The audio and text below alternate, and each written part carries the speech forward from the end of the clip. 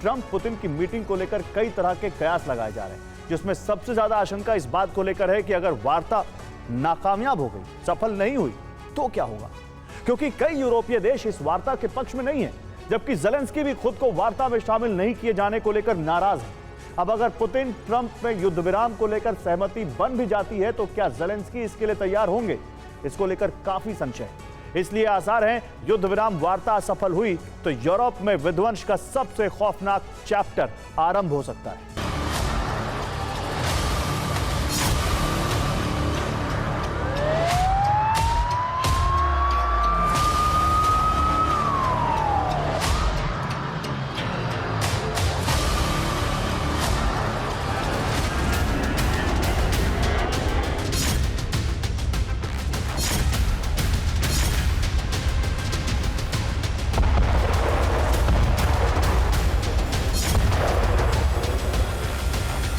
एल्मेंडॉर्फ Richardson joint base पर लाल कालीन बिछाया गया है। दुनिया के दो सबसे शक्तिशाली देशों के प्रेसिडेंट कुछ देर में मिलने वाले हैं। दुनिया में शांति कायम करने के लिए वार्ता का आयोजन होना है। रूस यूक्रेन युद्ध रोकने के लिए यह आखिरी कोशिश है।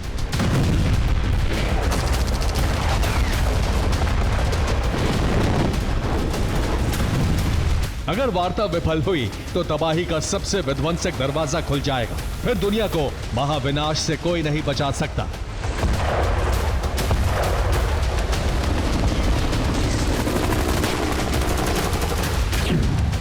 सवाल उठ रहा है, क्या शांति वार्ता सिर्फ दिखावा है? क्या पुतिन युद्ध विराम के लिए तैयार हो जाएंगे? क्या ट्रंप पुतिन की शर्तों को मान लेंगे?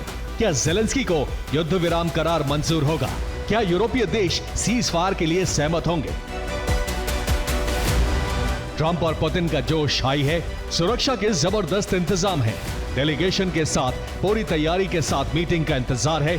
लेकिन इस बीच जो संकेत मिल रहे हैं वो काफी खौफनाक हैं। अलास्का में दुनिया भर के पत्रकार जुटे हैं। तमाम देशों की कूटनीतिक निगाहें अलास्का पर हैं, लेकिन इस दौरान भी रूस ने हमले रोके नहीं हैं। वो लगातार यूक्रेन को दहला रहा है। आखिर ये शांति का कौन सा रास्ता है जिसमें एक तरफ लाल कालीन और दूसरी तरफ लहूलुहान करने की सनक?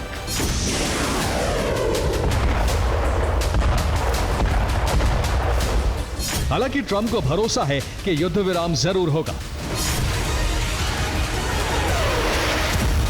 ट्रंप ने अलास्का रवाना होने से पहले कहा था, युद्ध विराम नहीं होने की सिर्फ 25% संभावना है।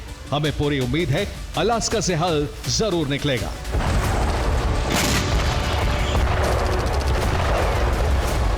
यानी ट्रंप मानते हैं कि युद्ध विराम होने की 75% संभावना है, वो भी 25% छोड़ रहे हैं। अगर पुतिन नहीं माने तो वार्ता विफल हो सकती है।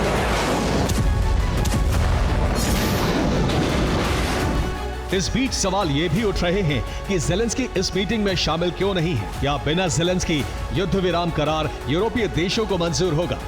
इस बारे में जब ब्रिटेन के प्रधानमंत्री कीर स्टारमर और यूक्रेन के प्रेसिडेंट वोलोदिमीर ज़ेलेंस्की से पत्रकारों ने सवाल पूछा तो जवाब में सिर्फ खामोशी थी।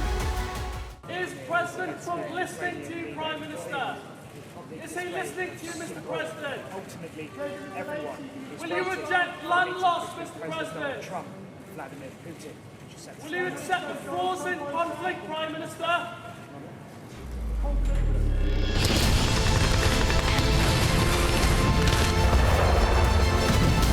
अलास्का से लेकर मॉस्को और कीव तक हलचल है। आखिर वार्ता का अंजाम क्या होगा? क्योंकि कई ऐसी घटनाएं भी इसी वक्त हुई हैं जिससे विनाशक संकेत मिल रहे हैं। रूस ने एटमी सबमरीन बेरिंग सी में तैनात की है, जबकि अमेरिका ने भी अलास्का खाड़ी में वॉरशिप तैनात कर दिया है। इसके अलावा पैसिफिक में दोनों देशों ने तैनाती बढ़ा दी है। रूस ने आर्कटिक के एटमी बेस वॉर रेडी कर दिए हैं, जबकि अमेरिका ने यूरोप में अपने परमाणु ठिकानों पर अलर्ट जारी कर दिया है। ये तैयारी बता रही है कि अगर अलास्का वार्ता विफल हुई तो तनातनी इतनी बढ़ सकती है कि अमेरिका और रूस सीधे टकराएं।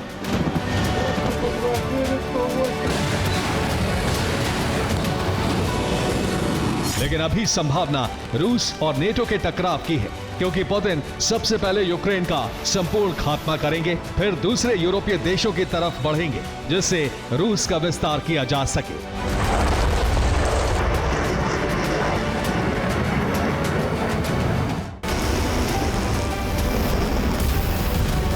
अब समझिए यूक्रेन के बाद पुतिन के टारगेट पर कौन कौन से देश हो सकते हैं।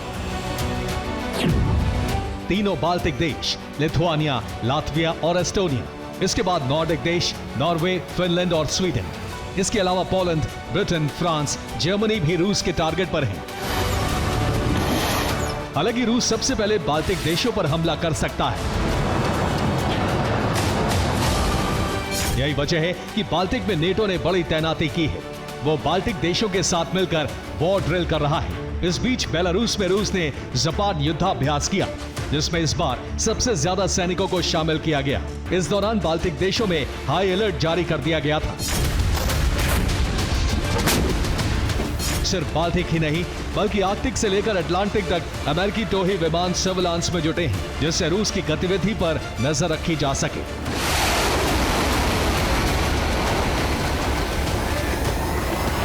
लेकिन इससे पहले रूस ने अपने कोला बेस पर मिसाइलें तैनात करके पलटवार का इंतजाम कर लिया है।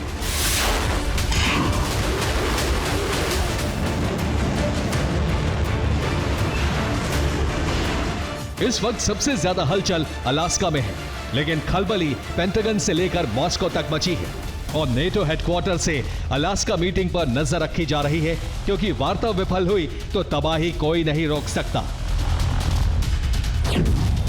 हालात कितने गंभीर हैं, इससे अमेरिका की तैयारियों से समझिए। अमेरिका ने 2 बॉम्बर्स अलास्का बेस पर तैनात किए हैं, जिनके नाम DAGGR-21 और DAGGR-11 हैं। ये वही बॉम्बर्स हैं जिन्होंने ईरान के परमाणु ठिकानों पर हमले किए थे।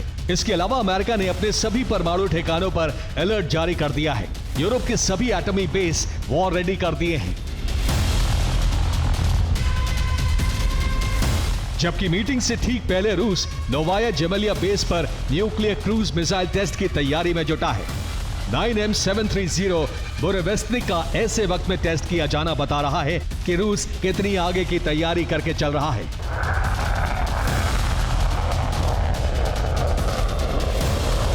वैसे भी मीटिंग से पहले पुतिन के प्रेस सचिव दिमित्री पेस्कोव के एक बयान से लग रहा है कि पुतिन युद्ध विराम करार की जल्दबाजी में नहीं है। पेस्कोव ने कहा है कि अलास्का में ट्रंप से मुलाकात के दौरान पुतिन किसी भी तरह के दस्तावेज पर साइन नहीं करेंगे। यानी शांति वार्ता सफल होने की संभावना कम दिख रही है, और ऐसा होने का मतलब है भयानक युद्ध की दस्तक, जो परमाणु युद्ध में बदल सकती है, अगर नेटो देशों ने यूक्रेन को विध्वंसक हथियारों की सप्लाई नहीं रोकी।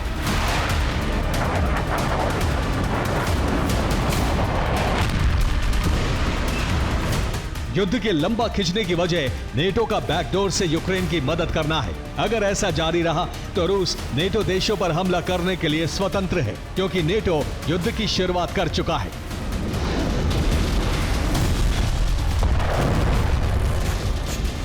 लेकिन युद्ध के ये समीकरण अलास्का मीटिंग के परिणाम पर निर्भर करते हैं। Bureau report, TV9 Bharatvarsh.